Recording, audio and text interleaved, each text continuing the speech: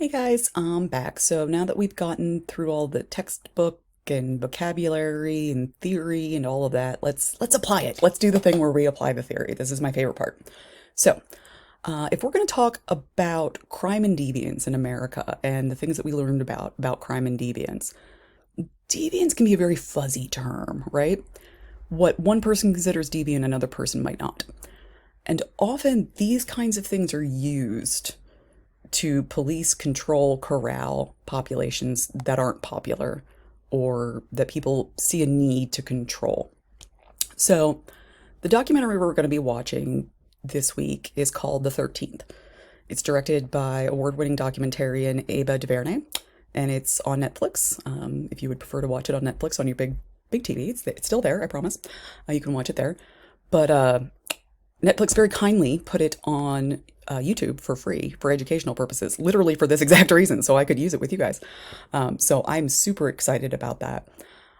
This documentary is kind of hard, guys. We're getting into some not pleasant things here.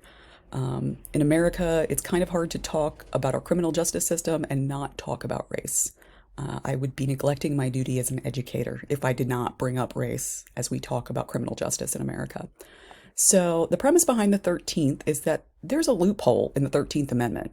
When we banned slavery after the Civil War, we put a loophole in the banning slavery because it wasn't enough to ban slavery. No, no, no. We had to put a loophole in there. And the loophole says that if you're convicted for a crime, you can be enslaved, which is a little alarming if you think about it. I don't know that there's anything people could do that would warrant being enslaved. I would certainly hope not. So this film kind of explores the history of how the criminal justice system has been weaponized against our Black population specifically, and even more specifically than that, Black men.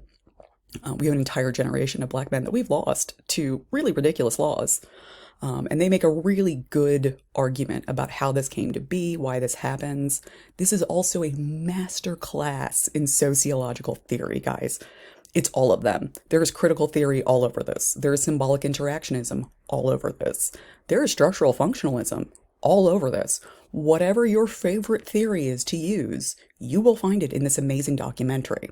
She uses a lot of sociological theories to do this. So, as we go into watch, as always, I recommend that you pull up the discussion board questions so that you know the type of things I'm asking you. I do want to warn everybody, because we are talking about race historically in America, there's some language in this documentary that some of you might find offensive, but it's being employed to a certain end. So we're going to be cognizant of that, and we're going to be adults with the words and understand that they're using historically relevant terms, okay? And as we're learning in our reading, these words have power, a lot of power. So we're going to be talking about that. We're going to be talking about the power of words like criminal, like law and order, what that brings to mind, things of that nature. So settle back, get a beverage, get some popcorn, however you do this, and go ahead and watch the 13th. And then once you're done watching that, go ahead and pop over to our discussion board and let me know what you thought. I'm super excited for you guys to see this one, to hear what you make of it. So I'll see you guys after the documentary.